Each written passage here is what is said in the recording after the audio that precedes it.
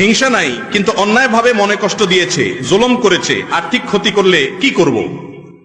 কেউ যদি আপনার প্রতি অন্যায়ভাবে জুলুম করে, আর্থিক ক্ষতি করে, আপনাকে কষ্ট দেয়, অবশ্যই আপনার তার প্রতি কষ্ট থাকবে, থাকাটাই স্বাভাবিক। এটাতে কোনো অসুবিধা গুনাহ নাই, এটা মানুষের নিয়ন্ত্রণের বাইরে, এটা প্রাকৃতিক কোনো কিছুকে আল্লাহ তাআলা নিষেধ করেন না।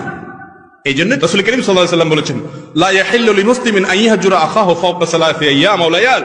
কোন ব্যক্তি অন্য মুসলমানের প্রতি কোন কারণে রাগ হয়েছে, তার রাগকে শ্রদ্ধা করে ইসলাম। রাগ হয়েছে, সে কথা বলবে না, এখন ভালো লাগে না, এটা স্বাভাবিক। তার এখন মুড নেই, কথা বলবে না, রাগের কারণে অধিকার আছে, আল্লাহ তাআলা সে সুযোগ দিয়েছেন। কিন্তু 3 দিনের বেশি করার সুযোগ নাই। তার মানে আপনার স্বকীয় যে কষ্ট, সেটাকেও ইসলাম হজম করে, এলাও করে, যে ঠিক আছে আপনি রাগ করতে পারেন। তো কেউ যদি আপনার প্রতি জুলুম করে, আপনার রাগ হতে পারে, আপনার কষ্ট হতে পারে, এটাতে কোনো অসুবিধা নাই। কিন্তু তাই বলে তার ক্ষতির আশা আপনি করবেন? আপনি আল্লাহর কাছে বলবেন, আল্লাহ সম্ভব হলে